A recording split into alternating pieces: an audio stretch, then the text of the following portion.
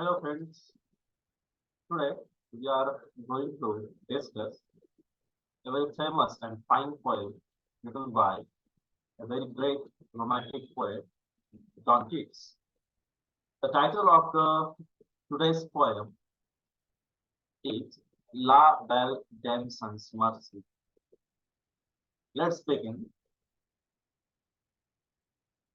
As you can see on the picture, two images. One image is of a beautiful lady and second is of a soldier. The present story moves around these two personalities. The one is the beautiful lady and the second is the soldier. Before going to start the discussion of the poem, let's focus on the title of the present poem, and that is La Belle Damson's Mercy. It doesn't sound English word. Actually, these words, La Belle Damson's Mercy, have been taken from French language, and these words means a beautiful woman without mercy. As I told you, the title has been taken from the French language. That means the beautiful lady without mercy. So in the present poem, there is a beautiful lady and she is without any mercy. It does not mean that that lady is cruel or unkind. So the meaning of the word mercy, we would get its meaning at the last part of our poem. So let's begin the discussion. Let's have a glance over the career of John Keats. The birth date of John Keats was just October the 31st, 1795, and he was from London. And he was one of the significant British poets.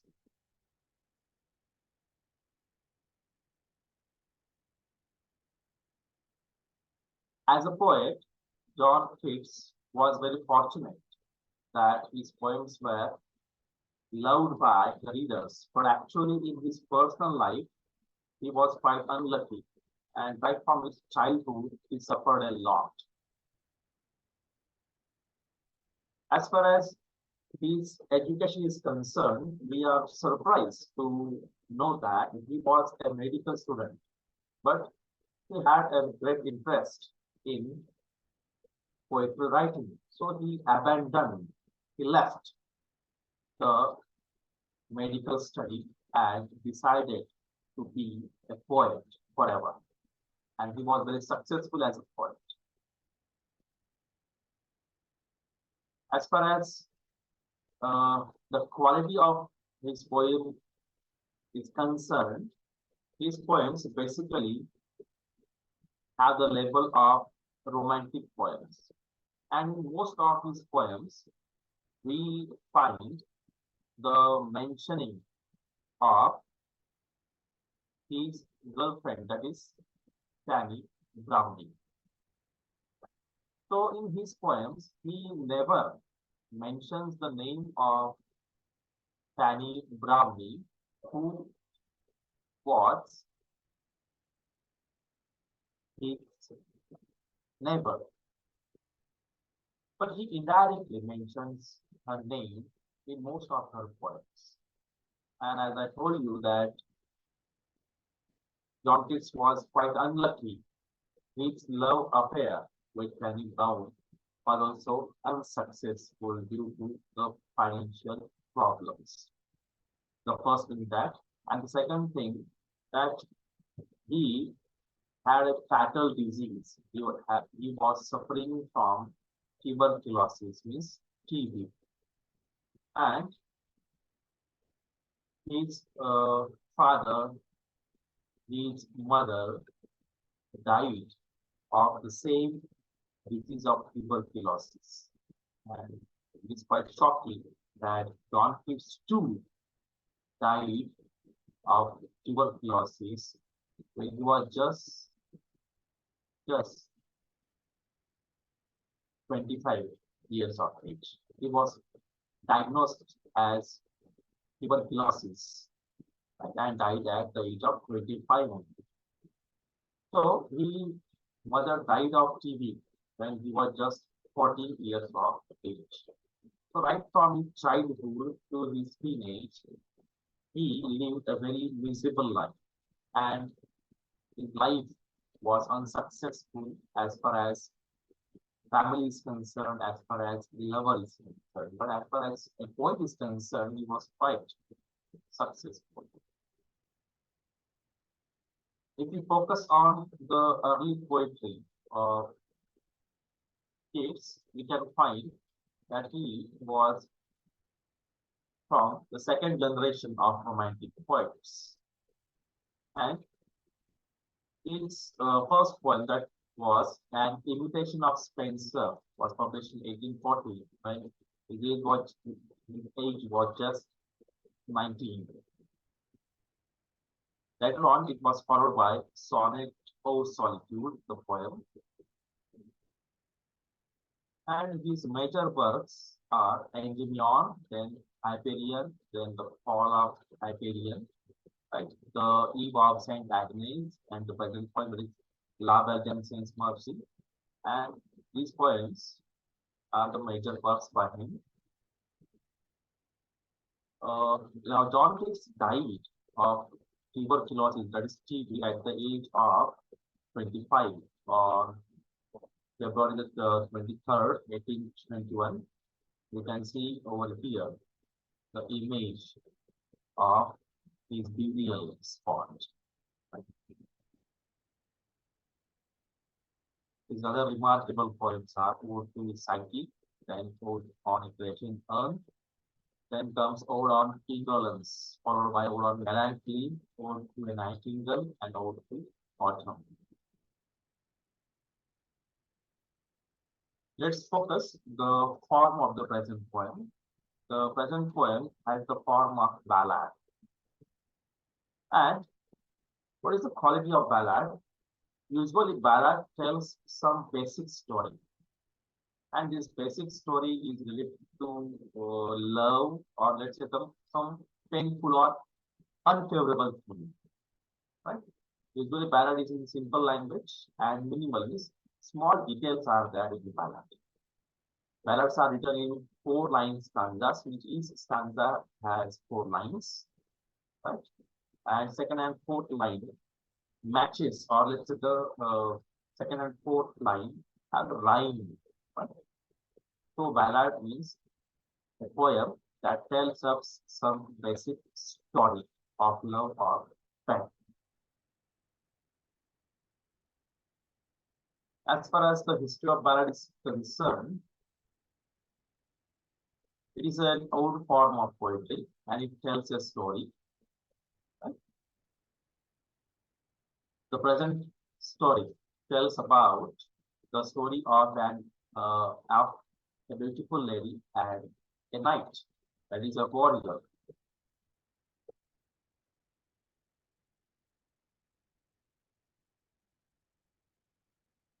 The title has its source in the love poem by Alan Charter, that is La Belle Merci.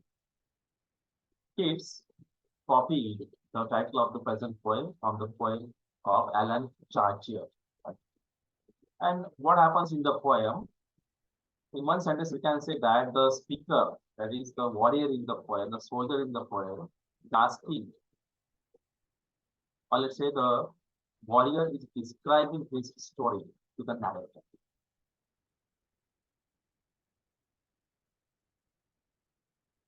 See, there are 2 persons when the poem starts. One is the speaker, and the second is the soldier. The soldier is just passing his time on the hill, and the speaker finds that the soldier is not happy. And then the speaker asks the reason of the unhappiness on the face of the soldier.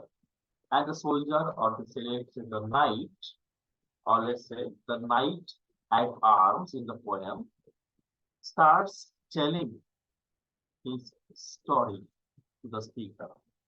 And the main character of that story is that mysterious, beautiful woman. On the screen, you can see the two headings, that is original poem, that is Old English, and translated in New English. So the original form of La Belle Dance and Merci uses many old-fashioned English words.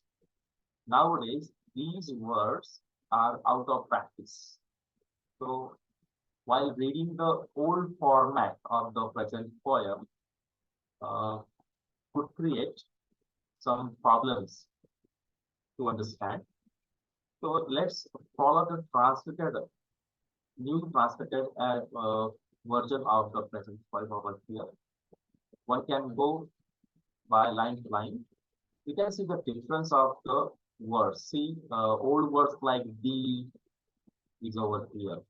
Here, the old-fashioned word D is replaced by U in today's English language. So you can compare the two sections. This is the first one, and this one is the second part of the remaining lines of the present poem. You can go to the poem in detail. The link of the present PPT is there at the bottom of the YouTube video. Let's discuss the poem stanza by stanza over here. See, when the poem starts, as I told you, that there are two characters, two persons out there. One is the narrator, that is the poet, and the second one is the soldier, that is the knight at arms.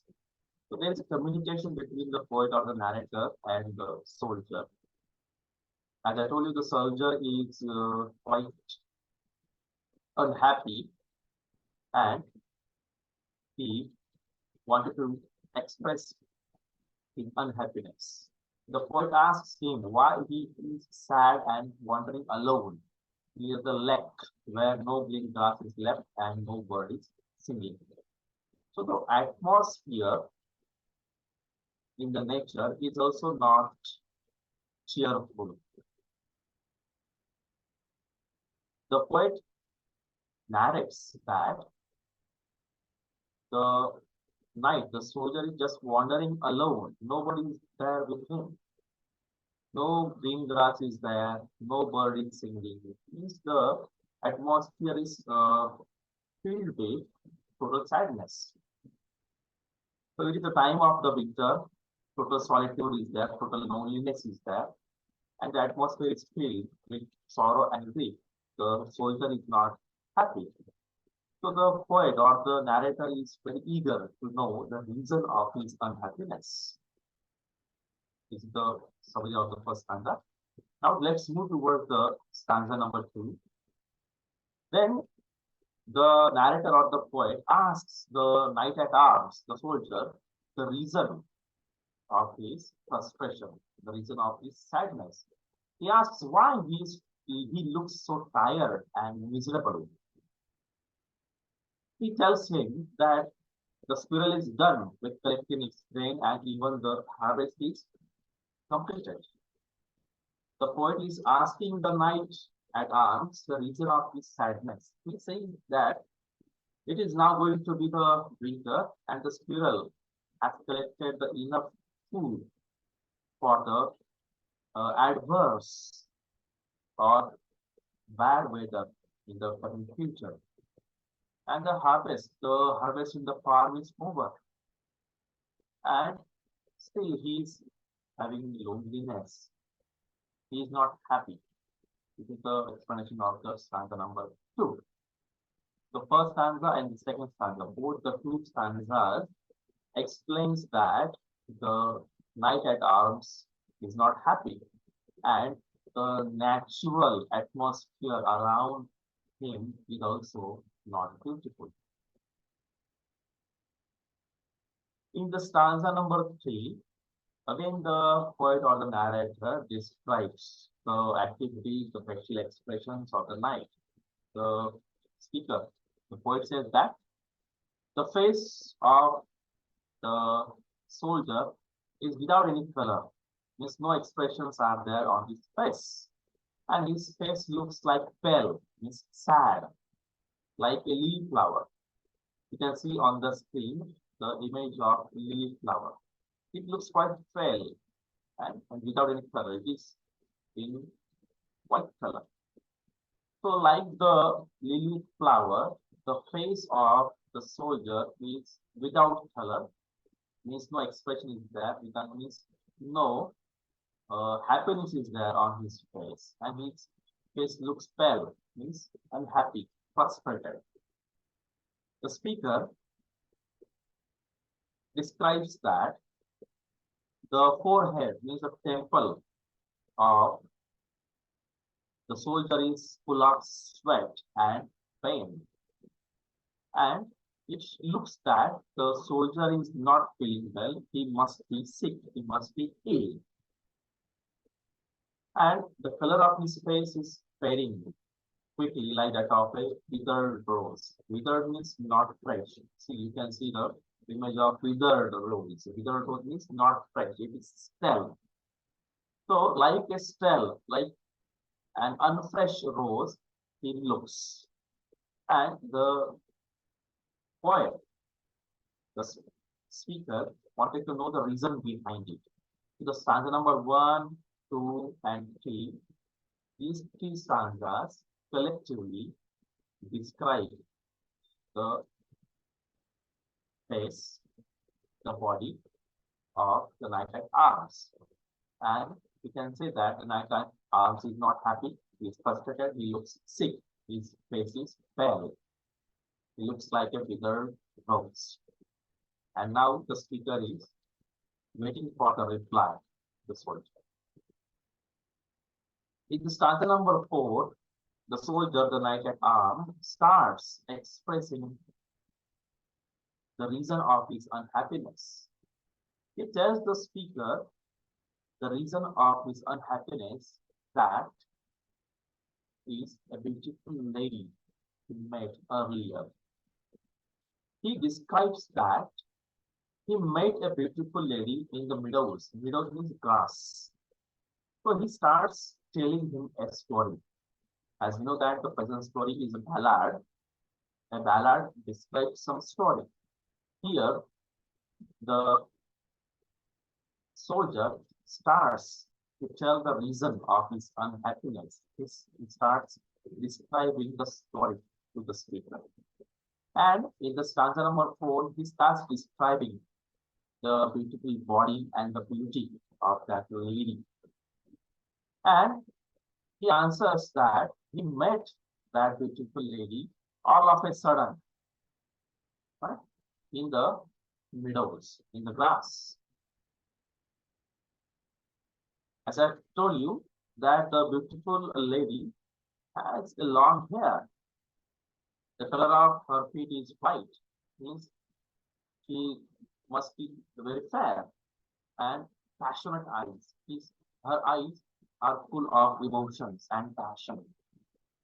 And he finds that those emotions, or let's say the passionate eyes, are full of love emotions. And she was so beautiful that she looks like a child of a fairy. Fairy means in Marathi it is called pari. So fairy child, as you know that mythologically fairy is expected, or let's say supposed to be very beautiful. So as fairy's child means extremely beautiful. It's the stanza number 4 summary. And the soldier continues to tell the story in stanza number 5. He tells the speaker that he was attracted towards the beauty of that lady. That lady is very silent. And like a magnet, he was attracted towards the beauty of that lady. And so he wanted to impress her to get the loveship So he gives her a garland. You know that garland is made of flowers. On the screen, you can see the garland over here. And this garland was gifted by the soldier to that beautiful lady. Along with the garland, he offers her bracelets and fragrant zone. Fragrant means beautiful smell. That beautiful smell is of flowers. A belt made of flowers for her waist, right? So bracelets for her beautiful hands over here, right? Then garland for her head over here, you can see, right? And one more thing that he offered her a belt for her waist.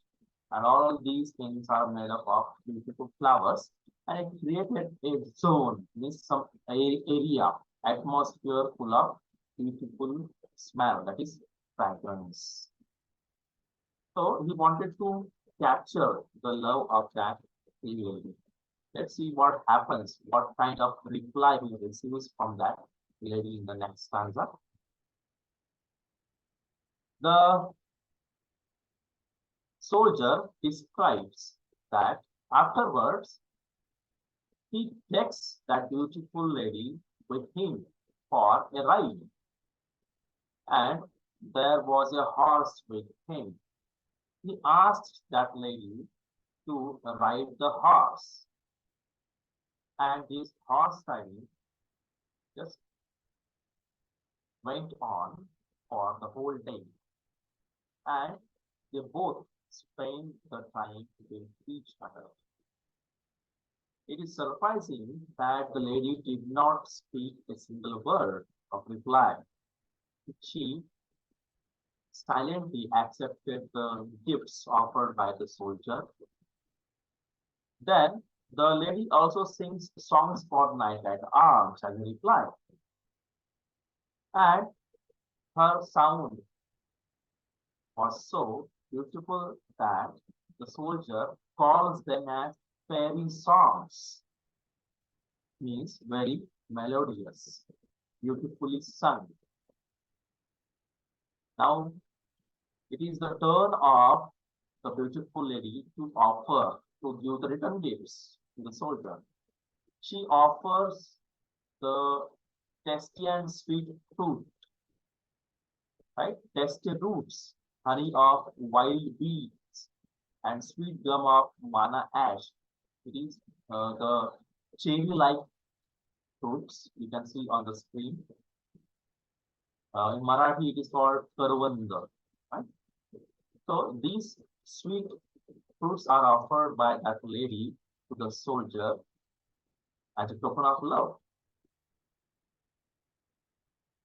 The communication between the soldier and the lady fails as the soldier cannot understand the language of the lady, but he can guess the meaning from her eyes that she too loves him. She too loves him. So the soldier is very happy that when he got the return gift in the form of the fruit, that she has accepted his love proposal. Afterwards, that lady takes the soldier to a cave. The soldier calls it as a fairy cave, as she is a fairy, according to him. That cave looks so beautiful, like that beautiful lady. The soldier calls it as alpine grot, means a fairy cave, means very cozy, very attractive type of cave. There, some strange things starts to happen. What is the first strange thing? The beautiful lady starts crying. She weeps loudly without any reason. And the knight at arms, the soldier is confused, as there is no reason for her weeping, and he does not know what to do. And the knight at arms guesses that it must be some method to express her love for him. So the knight arms disconsoles her, takes her near. He kisses her wild eyes. Wild means full of meaning, very deep, and shuts them so that she may sleep with him. So here eyes are depicted as wild, it's full of emotions. Now they both sleep with each other in that fairy cave, which is the summary of stanza number 8. What happens in stanza number 9? It is quite shocking for the soldier. What happens here? The soldier explains that the lady sings some lull songs, lullabies. Lullabies means angaiki in Marathi. And with simple words, sends him to sleep. She wanted the soldier to sleep, and for that she starts singing some sleeping poems, sleeping songs over there. And its effect was that the soldier slept. And in the sleep, he sees dreams over there. What was the dream? The dreams were very disturbing. In the stanza number 10, the soldier describes his dreams. In the dream, he finds kings, princes, warriors.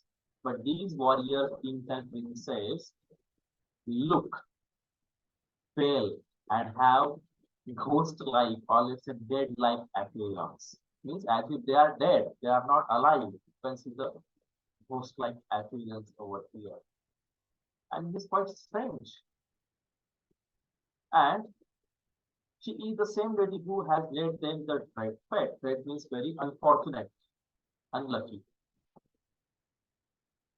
These kings, princes, and warriors warn the soldier to be alert, right? To stay away from that beautiful lady because that beautiful lady is responsible for their situation, for their dead-like appearance. And all of them call that lady as La Belle Dame Sans Mercy. Means be aware of that lady because she is without mercy. So she is responsible for the bad luck of these soldiers earlier.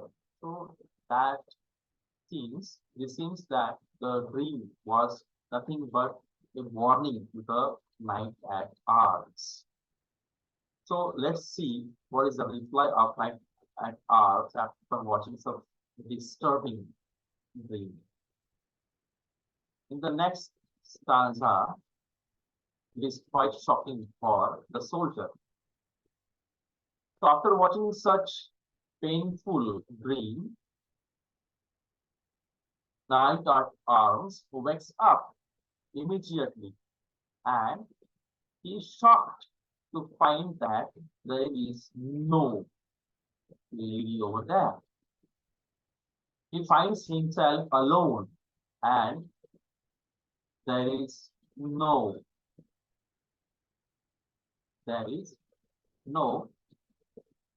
the fairy king.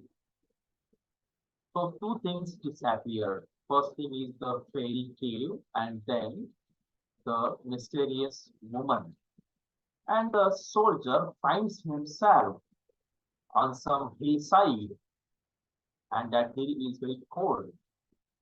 And he fails to understand what has happened with him, where that lady has gone, where that cave has gone, right?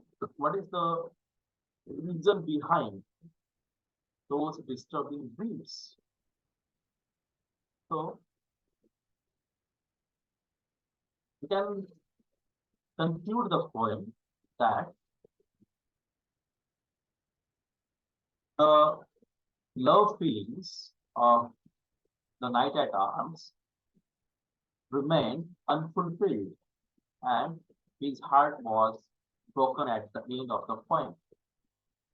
Here, one can guess that the message that love, like a flower, is short-lived, is transitory, is for a temporary period, and the joy, the happiness is quite short, and suffering is forever. It also reflects that beauty can deceive a person and make him fail or suffer. The reason of the unhappiness of that soldier is that lady, and that lady is beautiful. After the departure, after the disappearance of the lady, the soldier is still unhappy. The disappearance was a shock to him, and he's still wandering over there madly, right? Searching her madly. So it means that beauty can deceive a person. It can deceive a or let's say mislead a person and make him fail or suffer. And at the end of the poem, the same thing happens with the soldier.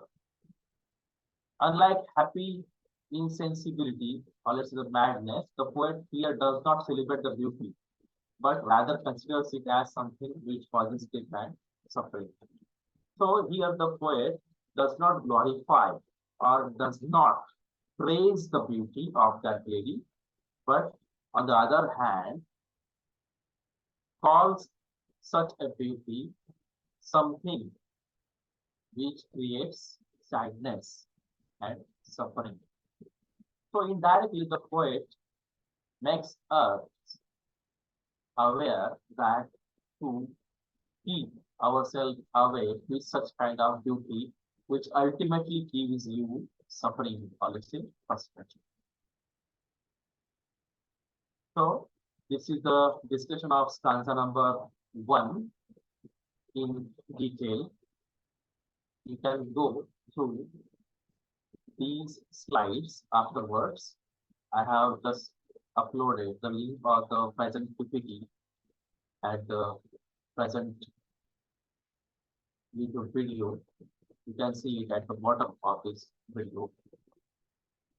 This stanza number 2. It is stanza number 3 discussion. The first stanza describes the sadness on the face of the soldier. Then comes the discussion of stanza number 4 and 5. From stanza number 4 or 5, the soldier starts describing the sad story. Let's see stanza number 6, 7. Again, there is exchange of gifts between the soldier and that beautiful lady. And the soldier thinks that his love has been expected by that lady. Right? Then stanza number 8 and 9, it happens inside the cave, and the soldier sleeps over there. And the stanza number 11, 10, 11, and 12, these stanzas are really shocking for the soldier, right?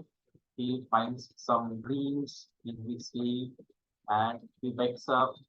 So there is no beautifulity over there. The cave is also disappeared. He just finds himself on some mysterious hill, right? And the poem starts and it ends with frustration. Over here, you can see the detailed explanation of each and every line, each and every word from the poem over here. The description is within the box. This part means the line from the poems. You can see it afterwards. See stanza number 4, stanza number 12.